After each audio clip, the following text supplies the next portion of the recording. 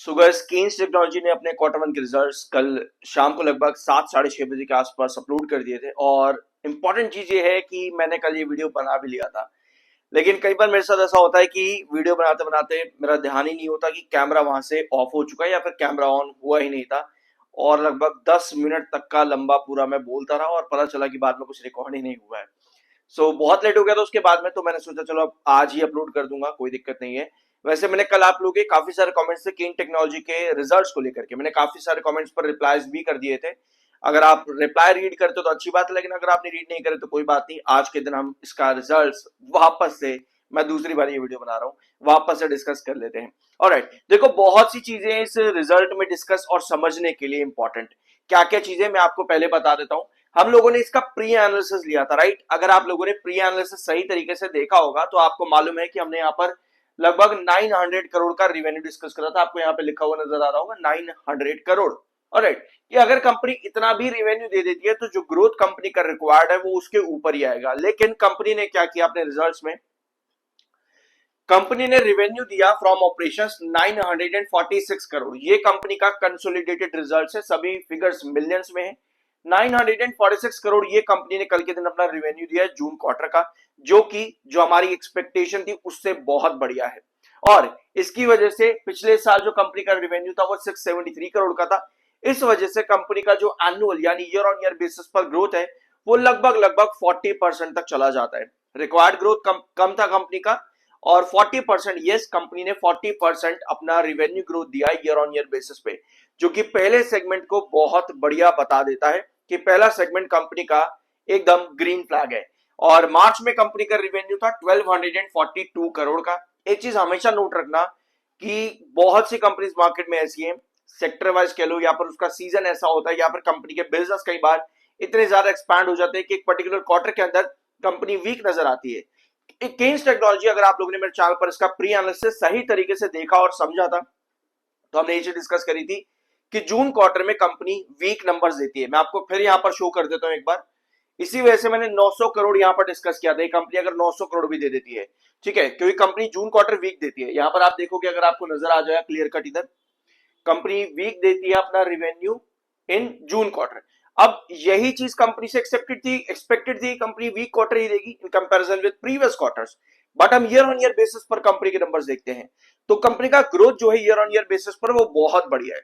लेकिन अब क्या होगा ना, यहाँ पर मिक्स्ड रिएक्शन आने शुरू हो जाएंगे। काफी लोग कहेंगे भैया बेकार रिजल्ट, एकदम कचरे, एकदम बेकार है, कुछ भी नहीं है यहाँ पर। अब देखो यार, क्या है ना, जो लोग प्री एनालिसिस करके चलते हैं मार्केट के अंदर उनको मालूम है कि ये रिजल्ट के नंबर प्रीवियस क्वार्टर्स के कंपैरिजन पर कम ही रहेंगे। बट मेन चीज है ईयर ऑन ईयर बेसिस, जो कि कंपनी ग्रोथ दे भी रही है और ये एक्सेप्शनली ब्रिलियंट भी है। लेकिन जिस तरह से भारत इलेक्ट्रॉनिक्स लिमिटेड के अंदर आपको नजर आया कि कंपनी ने जून क्वार्टर बहुत बेकार दिया, बट जो ग्रोथ है वो कंपनी का बढ़ गया ईयर ऑन ईयर बेसिस। अब भारत इलेक्ट्रॉनिक्स लिमिटेड भी यही करता है कि उसका जून क्वार्टर आपको बहुत वीक देखने को मिलता है, फिर सितंबर से कंपनी रिवाइविंग क्वार्टर पर आती है।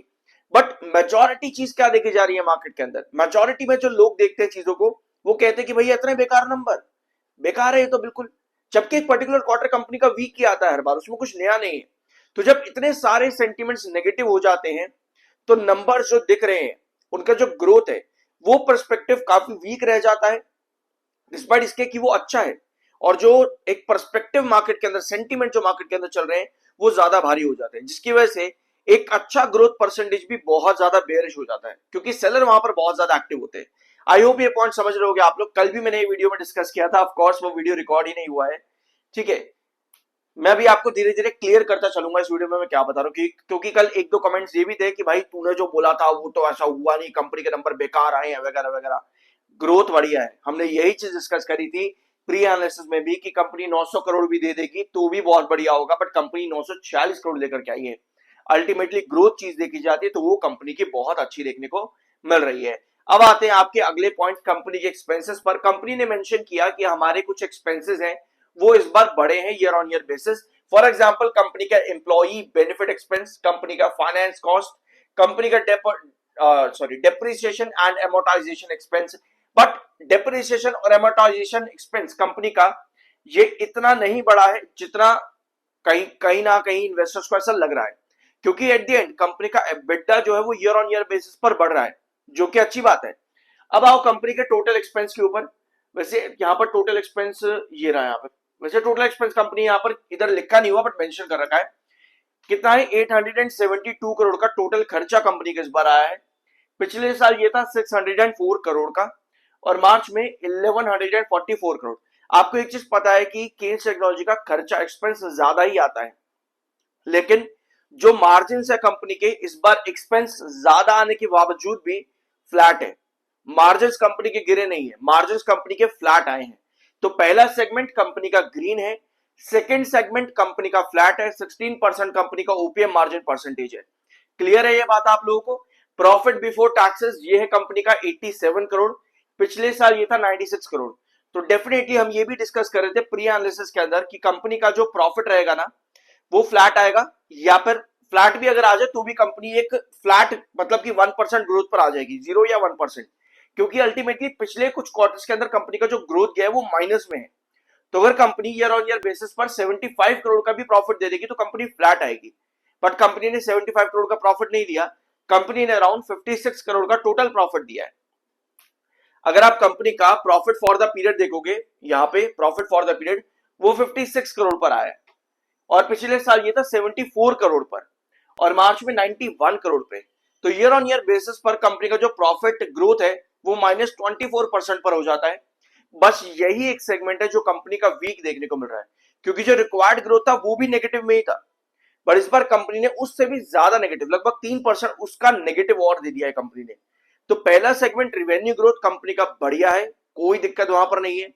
दूसरा सेगमेंट कंपनी के मार्जिन वो फ्लैट है। तीसरा सेगमेंट कंपनी का एबिटा वो बड़ा है। चौथा सेगमेंट कंपनी का प्रॉफिट ग्रोथ परसेंटेज वो और ज्यादा गिर चुका है यहाँ पर। ठीक है, तो एट द एंड अगर हम इन रिजल्ट्स को कंक्लूड करें तो ये कैसे रिजल्ट्स हैं? मैंने कल भी वीडियो में डिस्कस किया था कि ये ना ही एक्सीलेंट है ना ही पुअर है, ये उसके मिड रेंज के अंदर है, एवरेज रिजल्ट कंपनी ने यहाँ पर दिया है। बट यस, मैं आपको फिर एक चीज बता दूं, जून क्वार्टर कंपनी का वीक ही आता है। अगर सेंटीमेंट्स यहाँ पर कुछ काम करते देखने को मिलते हैं केन्स टेक्नोलॉजी में रिजल्ट्स के बाद, यानी कि आने वाले वीक में, तो यस, लास्ट सेशन कुछ सेलर्स यहाँ पर एक्टिव थे, तो कहीं ना कहीं यहाँ पर आपके इस ब्लॉक के फाइनल बेस लाइन के अंदर आ सकते हैं। अब ये ब्लॉक किस चीज का मैं बता रहा हूं आप लोगों को, यहाँ पे देखना स्क्रीन पे, क्रूशियल बेस 3790 से लेकर के 3890, ये हम लोगों ने लास्ट वीडियो में डिस्कस किया था कि ये आपका एक क्रूशियल ब्लॉक है। फर्स्ट ब्लॉक 3890 से 38790, सेकेंड ब्लॉक 3950 से 4050। ठीक है, अब सेकेंड ब्लॉक जो था वहां से गिर करके लास्ट सेशन हम आपके पहले ब्लॉक यानी कि 3790 3890 के बीच में आ चुके हैं। इसमें सबसे इंपॉर्टेंट बेस लाइन आपकी क्या है? सबसे इंपॉर्टेंट बेस आपका है 3630 का, ये आपका क्रूशियल बेस है केन्स टेक्नोलॉजी के अंदर। ये सभी पॉइंट्स हम लोगों ने लास्ट वीडियो में डिस्कस किए थे। अब क्योंकि कंपनी के सेंटीमेंट्स अब ज्यादा यहाँ पर काम करेंगे इन्वेस्टर पर्सपेक्टिव पर, क्योंकि कोई यहाँ पर ये देखने वाला नहीं है कि कंपनी का एबिटा कितना बड़ा है या ग्रोथ रिवेन्यू में कितना बड़ा है। ज्यादातर लोग यही देखेंगे कि कंपनी का नंबर कितना खराब आया है और वहीं पर ही सारे सेंटीमेंट्स वीक हो जाते हैं। तो अगर ऐसी कुछ चीज यहाँ पर बनती है केन्स टेक्नोलॉजी में, तो कहीं ना कहीं केन्स टेक्नोलॉजी 3620 की तरफ अपनी पोजीशन रखेगा। वेराज जो आपका इंपॉर्टेंट ब्लॉक है वो मैंने अभी आपको बता ही दिया है कि क्या है आपका इंपॉर्टेंट ब्लॉक, पर 3630 सेंटीमेंट्स अगर इस तक ड्रॉप करवाते हैं तो देखते हैं किस तरीके से केन्स टेक्नोलॉजी काम करेगा। सेंटीमेंट्स मुझे लगता है यहाँ पर कहीं ना कहीं हावी होंगे, बट कंपनी के रिजल्ट्स मुझे एवरेज लग रहे हैं, कोई बुरा नहीं है इतना ज्यादा, कुछ ज्यादा बढ़िया भी नहीं है। तो मेरा पर्सपेक्टिव जो यहाँ पर चल रहा है वो यही है कि आने वाले कुछ हफ्तों के अंदर अगर 3900 को वापस से रीटेस्ट करने की कोशिश करता है तो अपार्ट फ्रॉम कंपनी के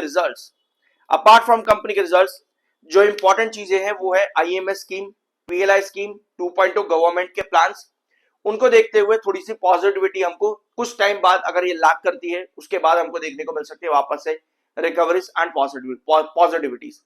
बट देखना यह है कि ये सेंटिमेंट्स किस तरीके से कल के दिन काम करेंगे, परसों के दिन मंडे के दिन रिजल्ट्स के बाद में। Alright, Q1 falls short of estimates, कितने एस्टिमेट्स कंपनी ने तोड़े हैं इसको एक बार समझ लेते हैं यहां पर। ठीक है, पहला सेगमेंट कंपनी का एबिटा आता है जो कि 30.5% बढ़ा है। पिछले साल ये था 113 करोड़ पे, इस बार आया है 148 करोड़। तो एबिटा जो है एस्टिमेट्स को ब्रेक करके गया है।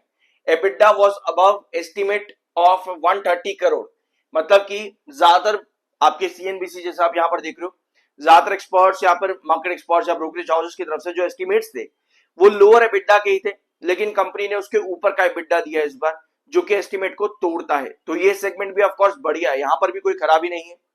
ठीक है, अब नेक्स्ट आपका आता है by business segment. Original equipment manufacturer OEM turnkey box build solutions contributed 51%। सबसे ज्यादा परसेंटेज ऑफ रिवेन्यू जो कंपनी का आया है वो OEM से आया है। ऑलराइट, OEM ने सबसे ज्यादा कंट्रीब्यूट किया कंपनी के इस बार के Q1 के रिवेन्यूज के अंदर। Original equipment manufacturer OEM turnkey printed circuit board assembly contributed 23%।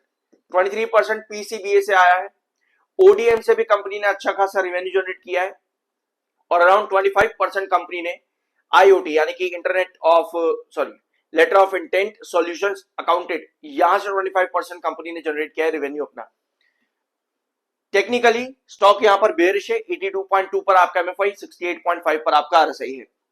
सो ये होता है यहाँ पर केन्स टेक्नोलॉजी का वीडियो। छोटा सा पॉइंट मैं आपके साथ और यहाँ पर नोट करना चाहता हूं, अगर मेरे पास अवेलेबल यहाँ पे हो जाता है जल्दी से, तो MFI बिल्कुल लास्ट वीडियो अगर आप लोगों ने देखा होगा तो यहाँ पर आपको MFI दोनों दिखेंगे कि दोनों MFI आपके बेरिश जोन के अंदर थे। 71.7 पर आपका RSI था एंड 85.4 पर आपका MFI था। तो जो लास्ट सेशंस के अंदर हमको थोड़ी बहुत प्रॉफिट बुकिंग और सेलिंग देखने को मिली, उसके पीछे का रीजन कहीं ना कहीं टेक्निकल्स भी है और दूसरा आपका रिजेक्शन बॉक्स भी। अब इस पूरे रिजल्ट्स को हम किस तरह से कंक्लूड कर सकते हैं? एक चीज तो आपको समझ में आ गई, कंपनी के रिजल्ट्स ना ही बेकार है ना ही बहुत अच्छे हैं, एक एवरेज है।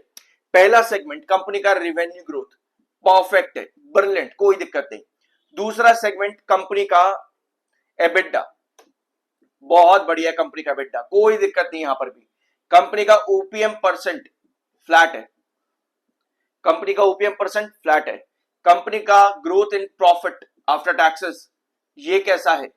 ग्रोथ इन प्रॉफिट कंपनी का ऑफ कोर्स डिक्लाइन गया है लगभग 3%, जो रिक्वायर्ड था उसके 3% कंपनी का जो पैट है वो डिक्लाइन पर गया है परसेंटेज के अंदर। ठीक है, तो ये हो जाते हैं कंपनी के इंपॉर्टेंट सेगमेंट्स जो कंपनी के रिजल्ट्स को बताते हैं।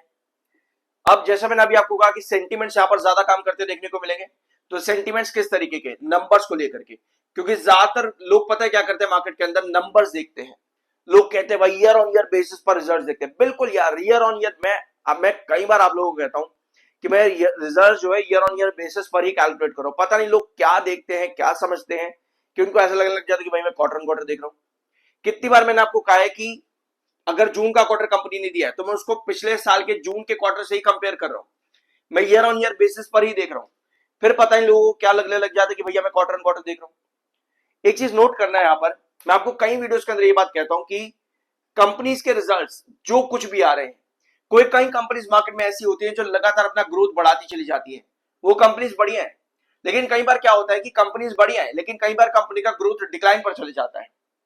बट दैट डजंट मीन कि एक बार कोई कंपनी अपना ग्रोथ थोड़ा सा गिरा दे तो वो जिंदगी भर के लिए खराब हो गई। कंपनी का बिजनेस प्रोफाइल सबसे इंपॉर्टेंट चीज होती है, बिजनेस प्रोफाइल। ये जितना फ्यूचर फ्रेंडली रहेगा, जितना ये ग्रोथ कर सकता है, कोई भी एक रिजल्ट कंपनी के उस पूरे फ्यूचर फ्रेंडली बिजनेस को वाइप आउट नहीं कर देता। ये चीज बहुत ध्यान से नोट करना। कोई भी कंपनी का बिजनेस अगर फ्यूचर फ्रेंडली है, कंपनी के नंबर्स बढ़िया चलते आ रहे हैं, बट एक क्वार्टर ग्रोथ कंपनी का अगर वीक आ रहा है, बट दैट डजंट मीन कि उसकी वजह से कंपनी का पूरा फ्यूचर बिजनेस, जो कंपनी का पर्सपेक्टिव है, जो कंपनी का मोटिव है, जो कंपनी का एम है, उसकी वजह से वाइप आउट हो जाता है। ऐसा कुछ नहीं होता। एक चीज और नोट करना है यहां पर, मेरी ज्यादातर वीडियोस में आप लोग क्या देखते हो कि मैं आपको चार्ट्स पर चीजें सिखाता हूं कि किस तरह का चार्ट पैटर्न है। कई सारी वीडियोस में मैं आपको पैटर्न्स बताता हूं कि इसमें ये पैटर्न बन रहा है, इसमें ऐसा pattern. For example Kaynes technology का अगर आप लोगों ने मेरा वीडियो अच्छे तरीके से देखा होगा तो यहां पर कंपनी ने डायगोनल ब्रेकआउट किया था, ये वाला, ये जो आप रेड लाइन देख रहे हो ना, केन्स टेक्नोलॉजी ने यहां पर डायगोनल ब्रेकआउट किया था। डायगोनल ब्रेकआउट करना आपको लॉन्ग टर्म ब्रेकआउट्स के बारे में बताता है। तो जैसे ही डायगोनल ब्रेक किया, कंपनी ने रिटर्न्स देने स्टार्ट कर दिए। अब ये चीज किसी ने नोटिस नहीं करी कि भैया डायगोनल ब्रेकआउट है। लोगों का दिमाग ज्यादातर इस बात पे घूमता है कि भाई मुझे ये बताओ कि कितना ऊपर जाएगा, मुझे ये बताओ कि कब खरीदेंगे। मेरी वीडियो में आपको एक चीज हमेशा देखने को मिलती है कि मैं आपको हमेशा चार्ट्स बताता हूं कि चार्ट पैटर्न क्या है। पहले तो इसको सीख जाओ एक बार, ताकि अगली बार अगर आपको यही चार्ट नजर आते हैं तो आप अपने खुद से डिसीजन ले सको। मैं कभी आपको अपनी वीडियोस में ये नहीं कहता कि भैया यहां पर खरीद लो या यहां पर सेल कर दो। कभी मैंने आज तक कहा हो तो मुझे बता देना किसी भी वीडियो के अंदर कि यहां पर खरीद लो, यहां पर बेच दो, कभी भी मैंने कहा हो तो। दूसरी बात यह आती है कि अगर आप किसी गलत जगह पे एंट्री करके कहीं फंस भी रहे हो, कहीं फंस रहे हो आप किसी कंपनी में गलत जगह एंट्री करके, पहली बात तो एंट्री क्यों करिए ये समझना जरूरी है। अगर बिजनेस कंपनी का अच्छा है और आपने उसको देख करके एंट्री करी है तो कोई दिक्कत नहीं है। अगर आप ऊपर के जाकर के फंस गए हो तो आपको बस ये देखना होता है कि आपके नेक्स्ट इंपॉर्टेंट बेसिस कहां पर है जहां पर आप एक एवरेज कर सको।